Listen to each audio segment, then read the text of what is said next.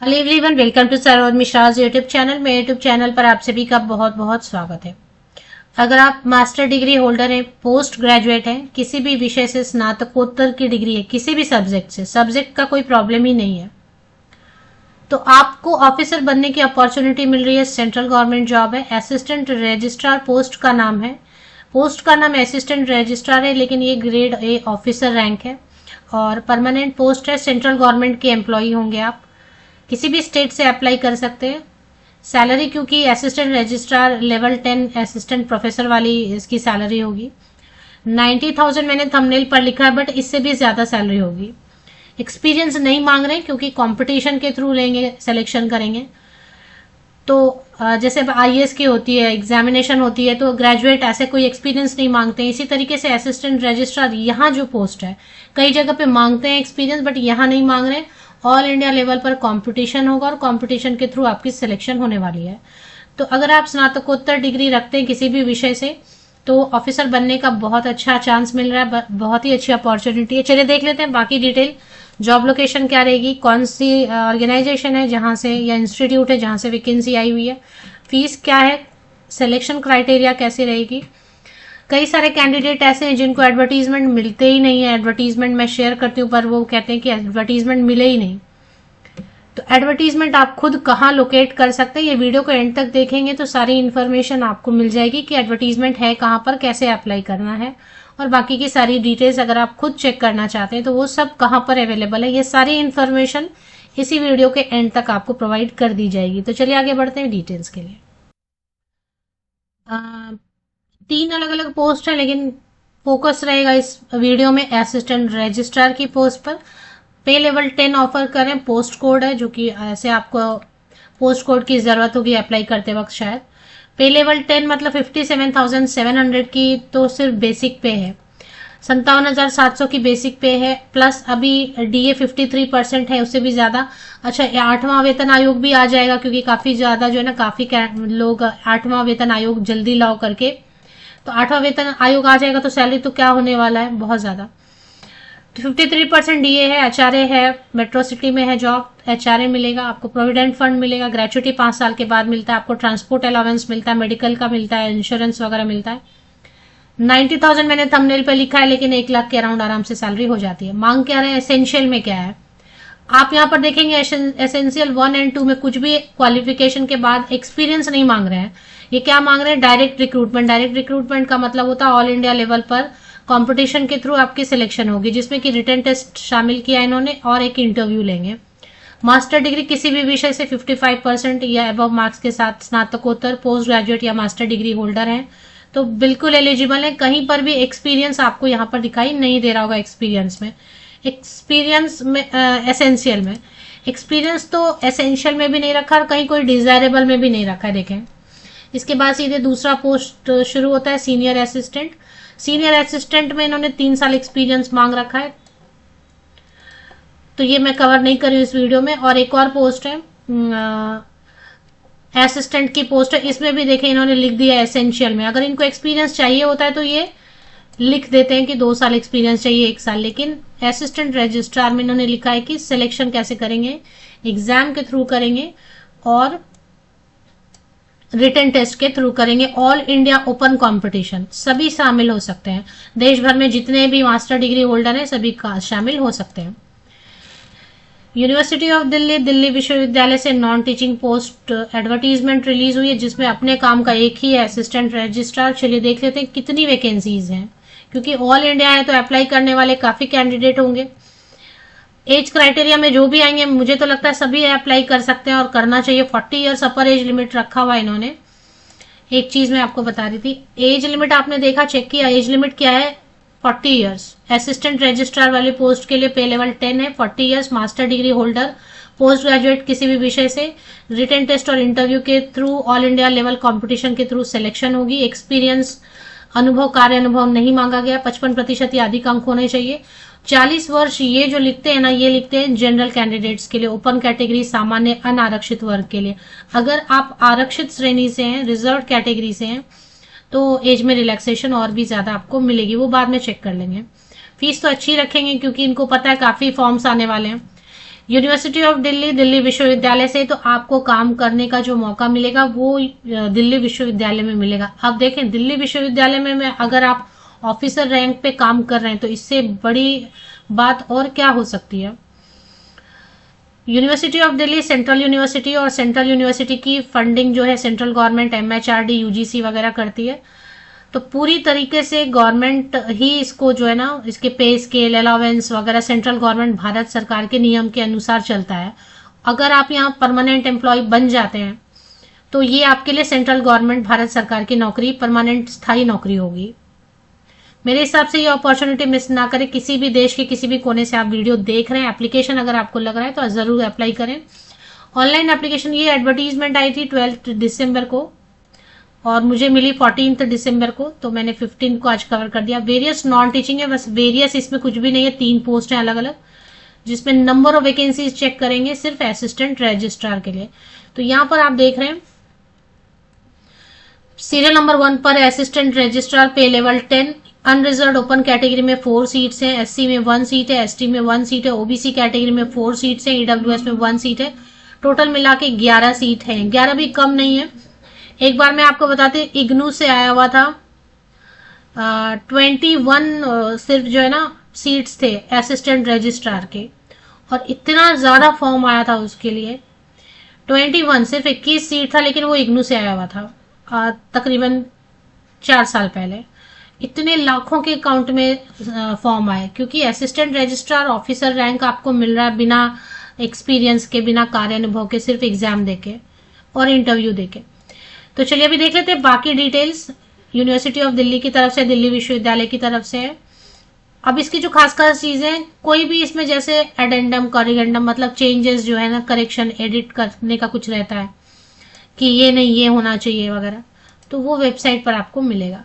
एक क्वालिफिकेशन के लिए उन्होंने अलग से PDF बनाया हुआ, जिससे मैंने सबसे पहले आपको कवर करके दिया कि मास्टर डिग्री 55%, किसी भी विषय से 55% या अधिक marks, equivalent grade, all India level पर रिटन टेस्ट, इंटरव्यू होगा 40 वर्ष अनारक्षित वर्ग के लिए। इसके बाद इसमें और कुछ ज्यादा है नहीं। चलिए दूसरा जो है ना, और इसमें एक और PDF बना हुआ था, इस PDF में नंबर ऑफ वैकेंसीज लिखी हुई थी, ये भी मैंने आपके लिए कवर कर दिया। फीस के लिए एक अलग से बना हुआ है, फीस के लिए एक और कवर कर लेते हैं। लास्ट डेट रहेगी इसकी 27 दिसंबर, 27 दिसंबर तक आप ऑनलाइन एप्लीकेशन कर सकते हैं। एम्प्लॉयमेंट न्यूज में भी आएगा, पर लास्ट डेट का वेट नहीं करना है, सारे डॉक्यूमेंट सही सही लेके बैठने हैं आपको। चलिए, एक ना जनरल इंस्ट्रक्शन में फीस लिखी हुई है, मतलब इन्होंने अलग अलग 5-6 PDF बना दिए, जिसमें सब चीजें अलग अलग दी हुई है, क्वालिफिकेशन अलग, वैकेंसी अलग, जनरल इंस्ट्रक्शन अलग। तो जनरल इंस्ट्रक्शन में ये बता रहे हैं कि फीस अच्छी खासी ले रहे हैं। जनरल, अनारक्षित, ओपन कैटेगरी, अनरिजर्व, जो भी बोले, 1000 रुपीज है। OBC non creamy layer, EWS female candidates के लिए 800 रुपीज एप्लीकेशन फीस है। SC ST and PWBD candidates के लिए 600 रुपीज एप्लीकेशन फीस रहने वाली है। फी एक बार आप पे कर देते हैं, उसके बाद आपको लगता है कि विड्रॉ करना है, आप एग्जाम में अपीयर नहीं होते हैं, चाहे जो भी हो जाए, फीस आपको वापस नहीं मिलेगी।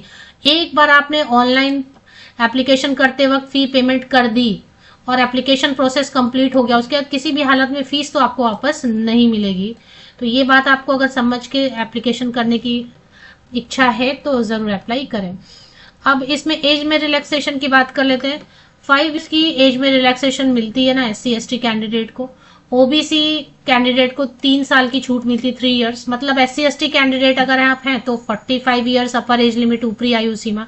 अगर आप OBC कैंडिडेट हैं सेंट्रल लिस्ट में तो फिर आपके लिए अपर एज लिमिट है 43। PWD कैंडिडेट जनरल अनारक्षित वर्ग से तो 10 साल। अगर आप SC ST PWD कैंडिडेट है तो और भी ज्यादा छूट मिलती है।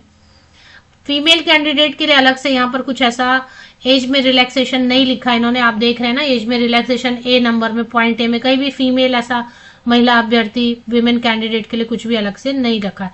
फीस में भी छूट नहीं दे रही है फीमेल कैंडिडेट को, जबकि दिल्ली में फीमेल कैंडिडेट को फीस माफ किया जाता है। चलिए ठीक है, जो भी है।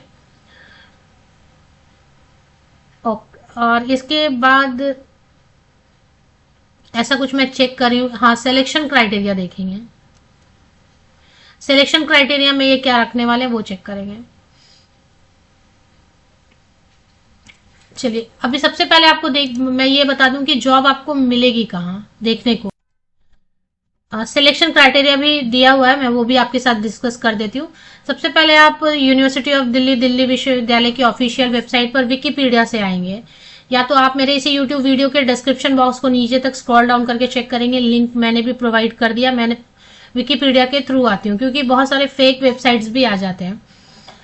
तो अब इसमें आपको लोकेट करना है वर्ग विद अस करके कोई सेक्शन रहेगा, वर्ग विद अस, ये देखिए थोड़ा नीचे स्क्रॉल करेंगे आप।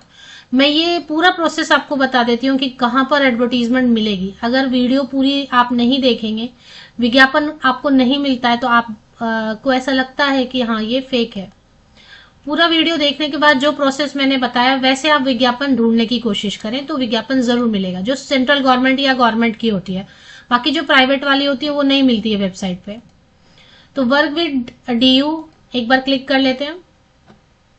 वर्क विद डीयू पे जैसे ही आते हैं नीचे थोड़ा स्क्रॉल करेंगे आप, तो देखिए सबसे पहली एडवर्टीजमेंट जो आपको स्क्रीन पर नजर आ रही है वो क्या है, advertisement number dated 12 December for various non teaching post. 12 December, status open है एंड व्यू डिटेल। व्यू पे एक बार क्लिक कर लेते हैं।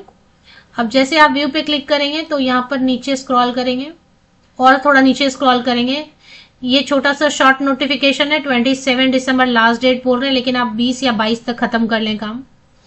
इसमें एडवर्टीजमेंट बता रहे हैं, वैकेंसी बता रहे हैं, क्वालिफिकेशन बता रहे हैं, scheme of examination, general instruction, और लिंक आएगा 18 दिसंबर को। अभी लिंक नहीं आया है, 18 दिसंबर से लिंक आ जाएगा। तब तक आप ये 1 2 3 4 5 पढ़ के रख सकते हैं अच्छे से। चलिए एक चीज जो मैंने अभी तक नहीं बताया आपको, स्कीम ऑफ एग्जामिनेशन, वो कवर कर लेते हैं। रिटन टेस्ट होगा और पर्सनालिटी टेस्ट या इंटरव्यू आप बोल सकते हैं, वो होगा। तो असिस्टेंट रजिस्ट्रार के लिए सबसे पहले शॉर्टलिस्टिंग करेंगे, प्रीलिम्स टेस्ट रखेंगे, मल्टीपल चॉइस क्वेश्चन, और उसके बाद मेंस एग्जाम भी होगा। तो प्रीलिम्स भी होगा, मेन एग्जाम होगा। प्रीलिम्स में क्या पूछेंगे, ये प्रीलिम्स में ये पूछने वाले हैं जनरल स्टडीज या करंट अफेयर टाइप का आप समझ लें, जनरल अवेयरनेस टाइप का, reasoning and mathematical ability, functioning of higher educational institutions etcetera. 100 questions रहेंगे 400 मार्क्स के, मतलब 1 क्वेश्चन पे 4 मार्क रहेगा। 2 आवर्स का आपको टाइम मिलेगा। ये जो है ना सिर्फ जो है ना शॉर्टलिस्टिंग के लिए यूज करेंगे, इसके मार्क्स फिर बाद में ऐड नहीं करेंगे, प्रीलिम्स से छांटेंगे, वो छांट के निकालेंगे, शॉर्टलिस्ट करेंगे कि कौन मेंस में जाने चाहिए।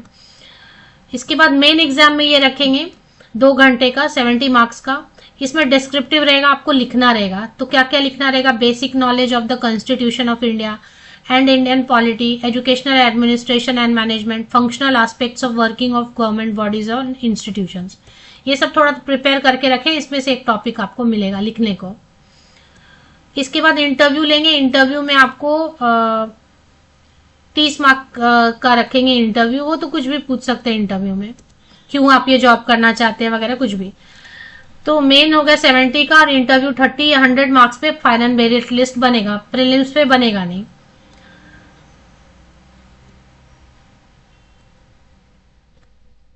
इसके बाद सिलेबस दे दिया, general studies 30 marks, reasoning 30 marks, mathematical ability, सब पे ना क्या क्या पढ़ना है वो भी दे दिया, मेंस में क्या पढ़ना है वो भी दे दिया है, एजुकेशनल एडमिनिस्ट्रेशन एंड मैनेजमेंट में क्या क्या टॉपिक है जो पढ़ना है वो सब दे दिया, functional aspect of working of government bodies and institution क्या पढ़ना है वो दे दिया, पर्सनालिटी टेस्ट में क्या पूछेंगे ये भी दे दिया है। अच्छा, अब क्वेश्चन कैसे रहेगा, क्वेश्चन क्योंकि सेंट्रल यूनिवर्सिटी है तो क्वेश्चन आपको हिंदी और इंग्लिश दोनों में रहेंगे। आपको लग रहा है हिंदी में आप कंफर्टेबल है, हिंदी में पढ़ के आंसर कर दें, इंग्लिश में कंफर्टेबल है, इंग्लिश में पढ़ के आंसर कर दें। अगर जब लिखने में और एमसीक्यू में आपको इंग्लिश हिंदी दोनों दे रहे हैं तो इंटरव्यू में भी फिर आप हिंदी में बोल सकते हैं, ऐसा कोई प्रॉब्लम नहीं, हिंदी वाले भी। नेगेटिव मार्किंग रहेगी, बिल्कुल रहेगी, नेगेटिव मार्किंग रहेगी। 1 मार्क रहेगा, 1 मार्क रहेगा एक गलत आंसर, क्योंकि 4 मार्क का तो क्वेश्चन ही है ना, तो 4 मार्क का क्वेश्चन है तो 1 मार्क आपका कट कर लेंगे अगर गलत हो गया तो negative marking, yes negative marking है प्रीलिम्स में, क्योंकि जो आपका मेंस है वो तो डिस्क्रिप्टिव है, डिस्क्रिप्टिव में नेगेटिव मार्किंग कुछ होता नहीं है ना, जो एमसीक्यू है वस्तुनिष्ठ प्रश्न उसमें रहेगा केवल। तो मोस्टली मुझे लग रहा है मैंने बहुत सारी डिटेल कवर कर दी है। एक बार आपको मैं रिमाइंडर वीडियो फिर दूंगी 18 दिसंबर या 19 दिसंबर को, जब इसकी ऑनलाइन एप्लीकेशन शुरू हो जाएगी। बड़ी अच्छी वैकेंसी है, मेरे हिसाब से काफी अच्छी वैकेंसी है, ऑफिसर बनने का अगर आपको मन हो, मास्टर डिग्री है आप, तो ज़रूर अप्लाई करें।